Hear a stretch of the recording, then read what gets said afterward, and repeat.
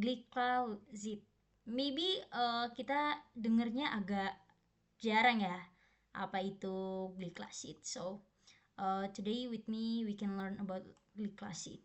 So um, jadi apa sih obat glycoside ini? Seharusnya kita harus tahu dulu ya, glycoside ini apa gitu. Jadi glycoside ini adalah obat golongan sulfonyl urea. Loh, apa itu sulfonyl urea? Oke, ini bukan hanya untuk anak farmasi, tapi ini dikhususkan untuk umum. So, jadi kita bisa sama-sama tahu gimana sih cara obat bekerja.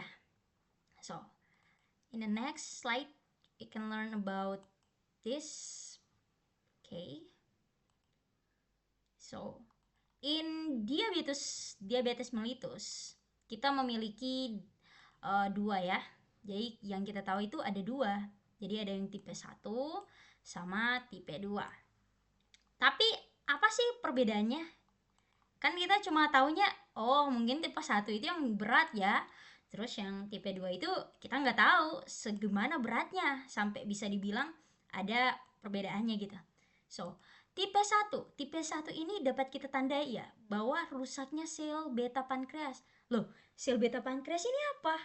Nah, seharusnya kita harus tahu dulu. Jadi sebagai informasi aja, kalau insulin, jadi insulin ini diproduksinya di sel di organ pankreas. Jadi ada yang namanya sel beta pankreas. Pokoknya itulah ya. Sel beta pankreas ini dia akan memproduksi insulin. Nah, insulin ini datangnya dari mana sih? Ya, jadi dari gula yang kita makan. Jadi dari gula, ya mohon maaf ya, gula. Nah, dari gula ini atau kita misalnya makan karbo ya.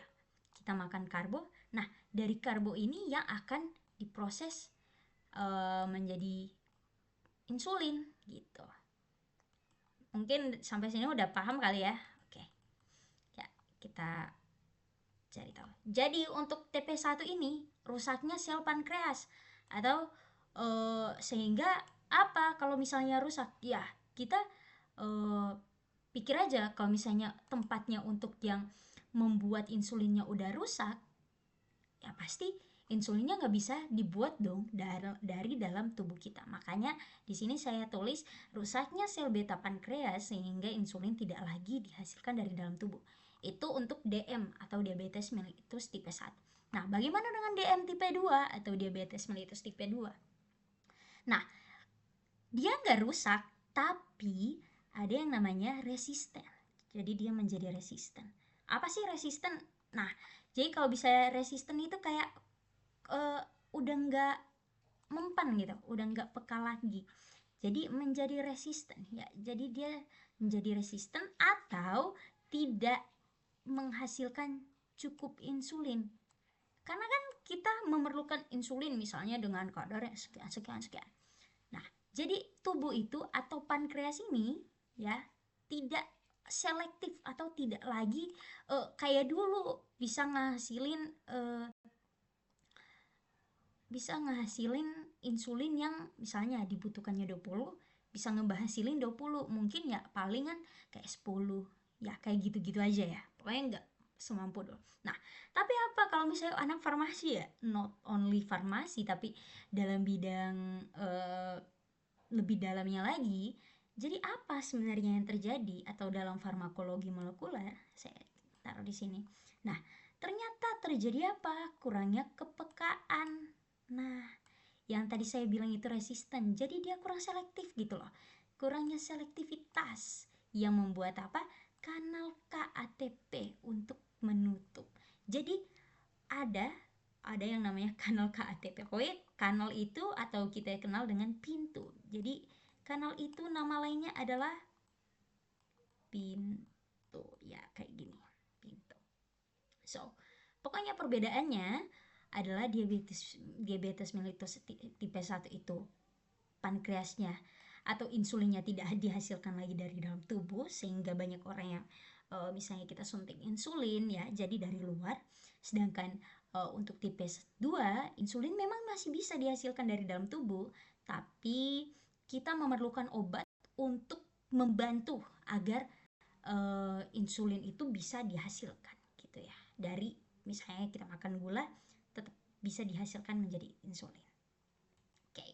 So, gimana sih sebenarnya cara kerja obat glikolisid? Nah, sebenarnya tadi udah saya singgung ya di sini, harusnya udah mulai peka ya, karena glikolisid ini termasuk obat DM tipe 2. Jadi kerjanya di mana sih? Jadi kerjanya itu adalah menutup kanal KATP. Oke. Yuk, kita next slide aja. Oke. Nah, gimana? Gini. Jadi sebelum kita cari tahu gimana cara kerja obat, kita harus cari tahu dulu gimana sih cara insulin dihasilkan dari tubuh kita. Karena tanpa kita mengetahui gimana cara obat itu bekerja, maksudnya maaf, tanpa kita mengetahui gimana cara insulin itu dihasilkan, kita nggak bisa tahu dong mana bagian yang harus kita topang gitu loh. Apakah kita hambat, karena obat itu hanya dua, hambat sama kita tingkatkan gitu, mendorong sama dihambat gitu.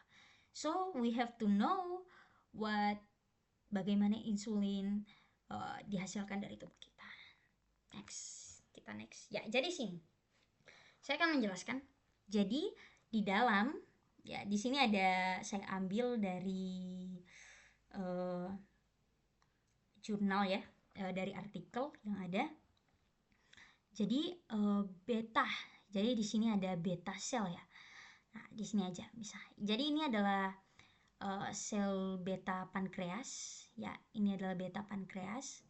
Ya, ini semua ini adalah sel beta pankreas. Jadi umpamanya itu adalah sel beta pankreas. Nah, gimana sih cara penghasilan insulin? Nah, misalnya kita makan ya, terus dihasilkan glukosa. Glukosa dalam bahasa Indonesianya ya glukosa, tapi kita misalnya lebih singkatnya kita taruh gula lah ya, gula. Nah, gula ini akan dihasilkan, jadi gula ini akan masuk melalui pintu yang namanya GLUTS ya. Jadi ini GLUTS 2, pintu GLUTS 2. Nah, melalui pintu GLUTS 2 ini jadi glukosa ini masuk. Nah, melalui apa? Pintu atau GLUTS 2, melalui GLUTS 2. Nah, maka yang kalau misalnya kita belajar biologi ya, akan terjadi proses apa?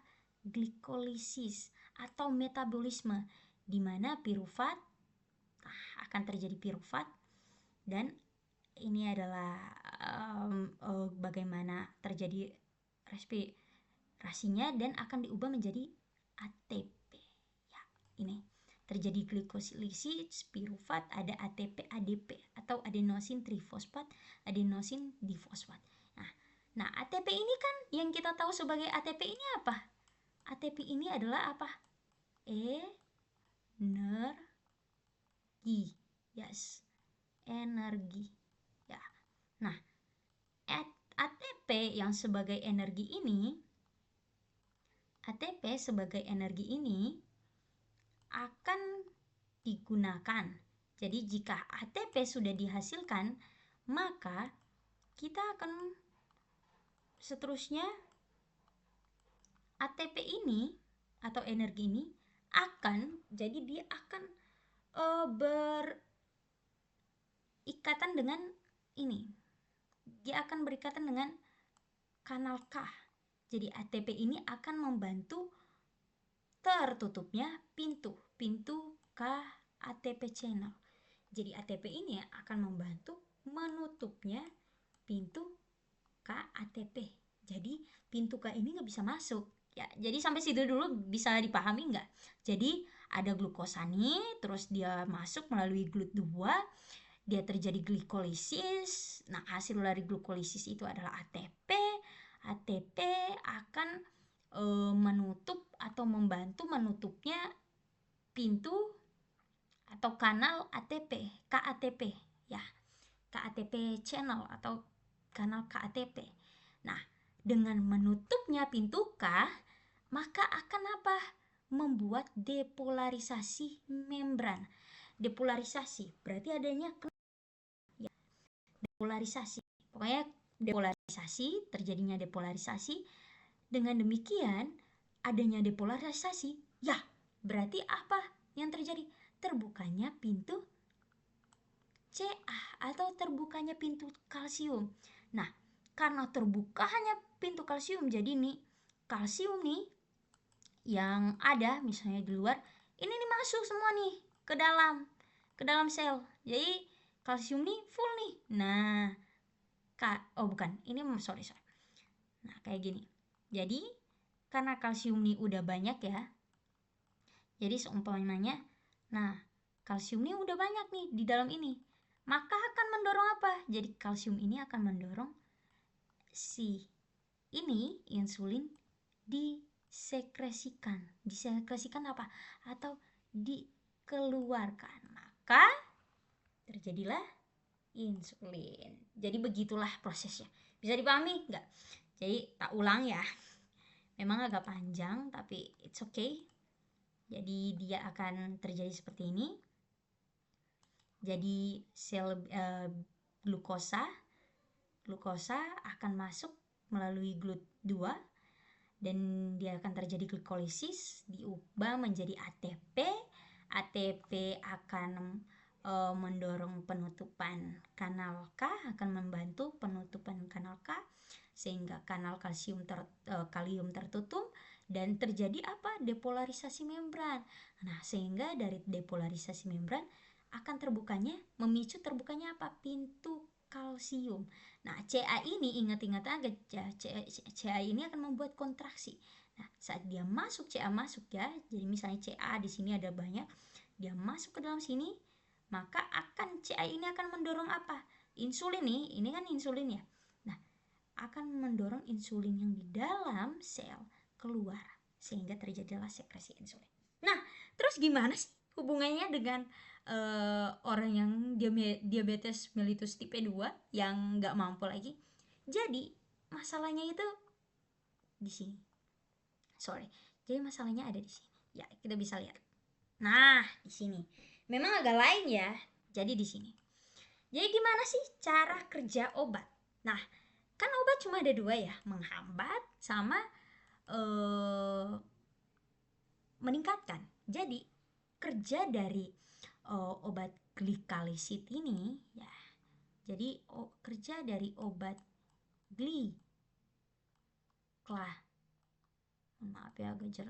glikalizid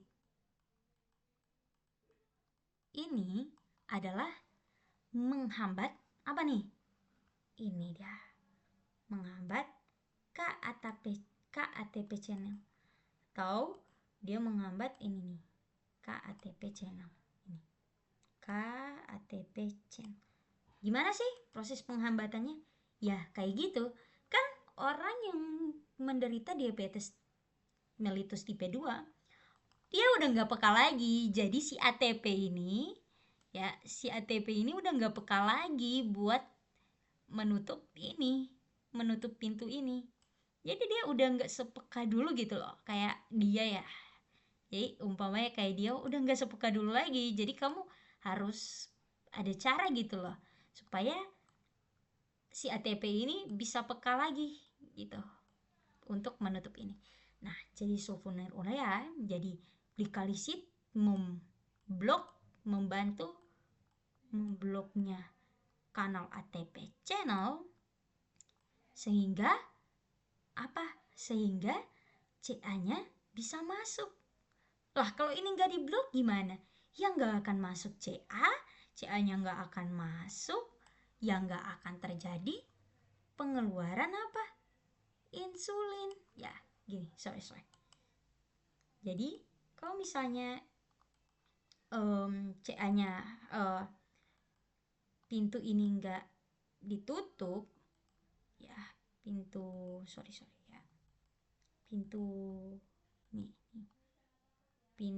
ini ya, jadi pintu ini nggak ditutup, pintu ini nggak ditutup, maka apa? Si pintu CA ini nggak bakal kebuka, dia akan close dulu terus. Jadi kita harus memerlukan ATP, kita harus memerlukan obat golongan sulfonylurea atau kita di sini bilang glikosid, kita harus membutuhkan glikosid untuk apa? Untuk membantu menutupnya ini. Atau bisa dibilang, kalau saya sih bilangnya supaya mengerti itu, dia bantu ATP untuk menutup ini gitu. Jadi prosesnya tetap sama. Jadi yang terjadi dengan GLUT, jadi glukosa nih masuk melalui GLUT2, terjadi proses glikolisis atau metabolisme, akan menghasilkan ATP. Dengan dihasilkannya ATP, maka akan membantu menutupnya pintu K. Nah, karena udah nggak peka lagi ATP-nya, pintu ininya untuk menutup, udah nggak sekuat dulu lagi. Jadi kita membutuhkan sulfonylurea di sini untuk menutup, sehingga KATP channel ini udah close, maka pintu maka CA ini bisa masuk. Dengan CA-nya masuk, maka akan terjadinya depolarisasi. CA-nya banyak. Nah, maka CA akan mendorong apa? CA mendorong keluarnya. Nah, sini nih, keluar. Nah, keluarnya insulin. Nah, jadi terjadinya sekresi. Jadi, apa sih manfaat dari obat ini? Kita udah tahu ya.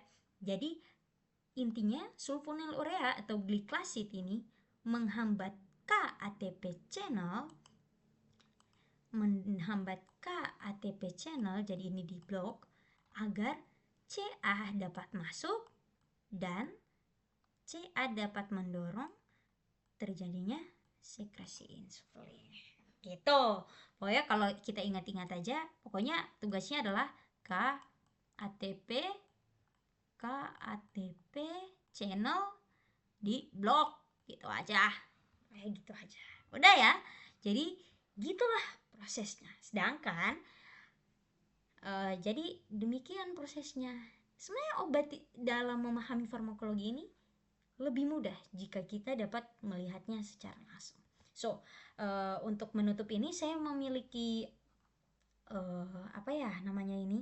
quotes ya, yang tadi barusan saya buat. Saya pikir-pikir pengen ngasih quotes apa ya, thanks to Beyonce, nggak mungkin kan. Jadi saya membuat quotesnya ini, yaitu if you want to learn something, don't study it, but eat it. Jadi jika Anda ingin mempelajari sesuatu, jangan belajar, jangan mempelajari itu, tapi kamu makan. Dalam makan di sini, jangan kamu cuma baca doang gitu, tapi kamu harus makan, mengunyahnya harus dikunyah, harus dirasakan. Jadi kita harus memahami dengan sungguh apa gitu. Ya, sekian dari saya. Semoga ini dapat dipahami ya, walaupun lama banget kayaknya ya. Ya, demikian. Terima kasih. Thank you.